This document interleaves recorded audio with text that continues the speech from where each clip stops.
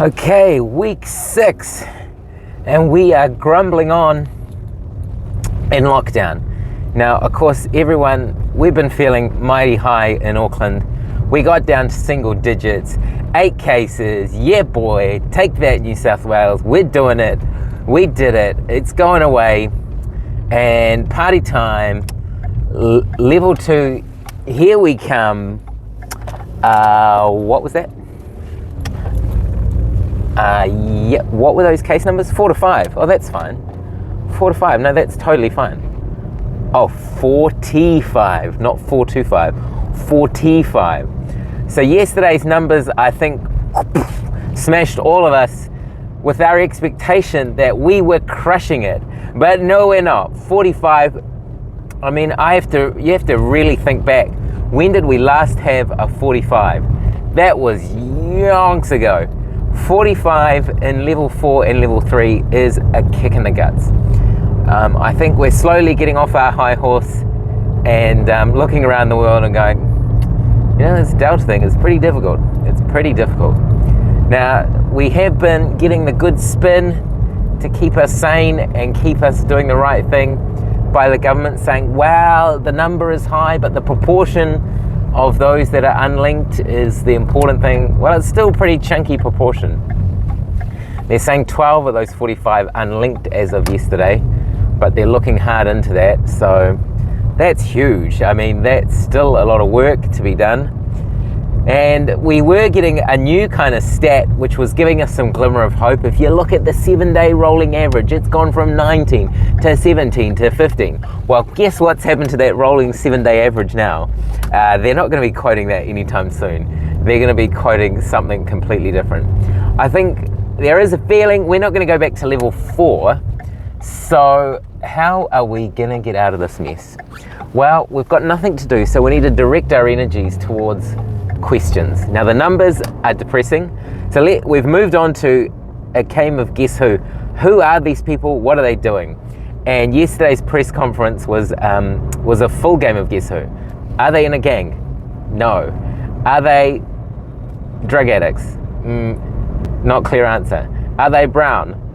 We're just asking more and more questions because we really want to know. And I think it highlights that this shows with this viral respiratory pandemic that we are all connected.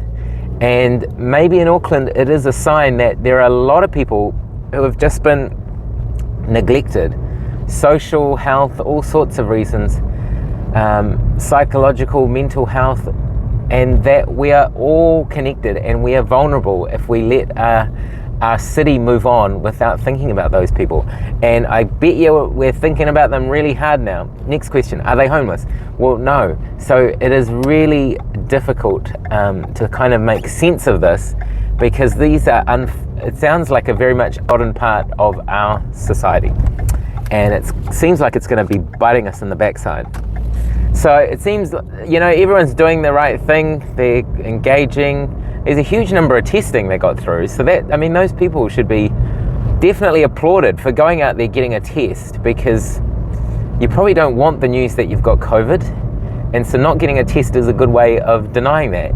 And that's what happens to a lot of people in healthcare, particularly for males. You don't want to know you've got prostate cancer, so never get your prostate checked. Easy, problem solved. So we are doing good on people coming forward to testing, offering testing. We got a ways to go with the vaccination, which is now grinding. It's grinding to a halt. And no surprises, we seem to have gone like most other countries. You get to a certain level, then it starts to really fade. So we need something, we need some boost of energy or enthusiasm to come figure out what to do here. Because I think people are scratching their heads and we're trying all sorts of things, but we're not necessarily succeeding, it seems.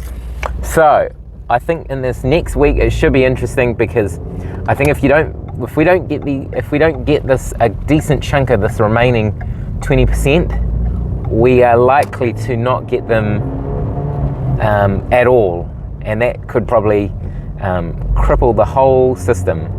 So we will see. I think there's going to be lots of innovative ideas come to the fore. Lots of swings, lots of misses, but it's just got to happen. Still lots of things that haven't been fully fully rolled out, I think, particularly on the requirement for booking.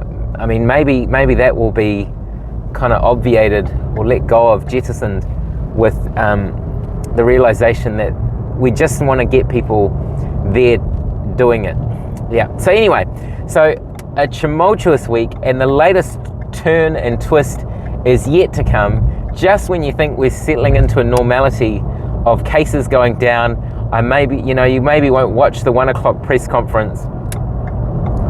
Delta comes back, and we're deep. It seems like we're in about round 8, round 9, and it has wiped itself off the canvas, and it's got into a place that's very hard to respond to. But look, we're all connected here, so we will see what's going to happen.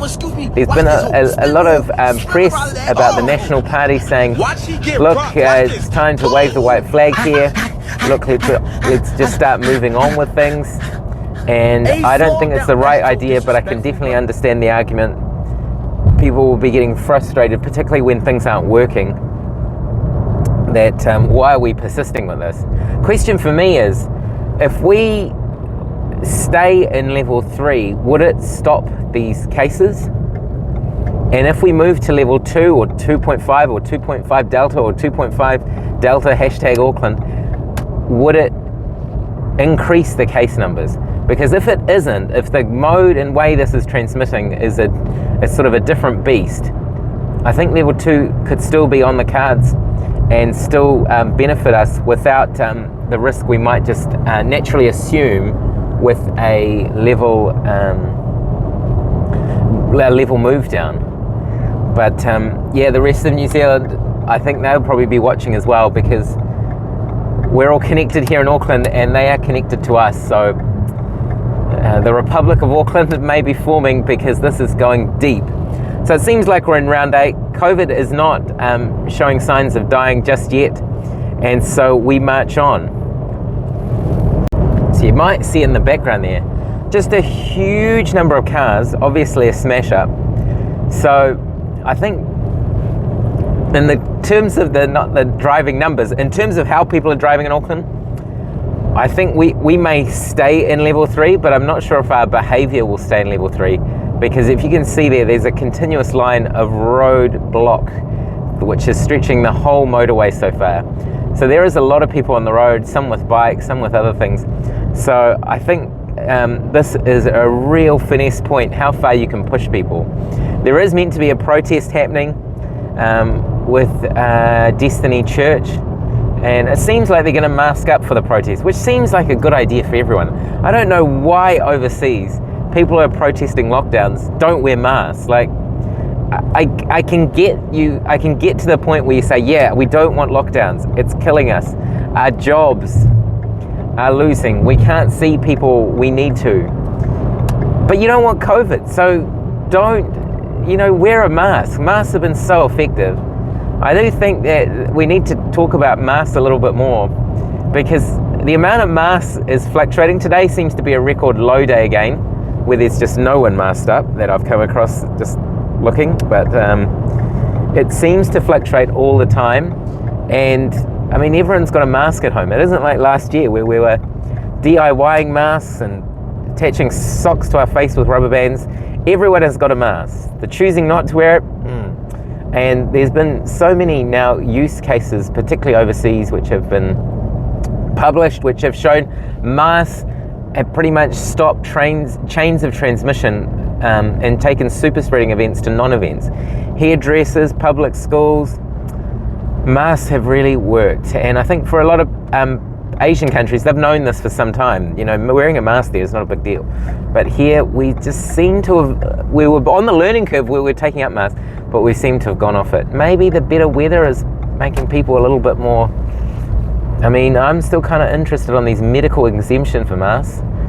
From my understanding, there's not so much medical exemptions, but psychological exemptions, which is fair enough, but we've got to figure out the way to protect everyone here, so there must be a way forward.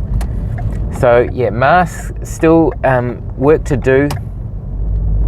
It's just that all the other stuff seems to be happening now, though. A lot of murders and crime, so presumably people are not just sticking at home now. They're getting active.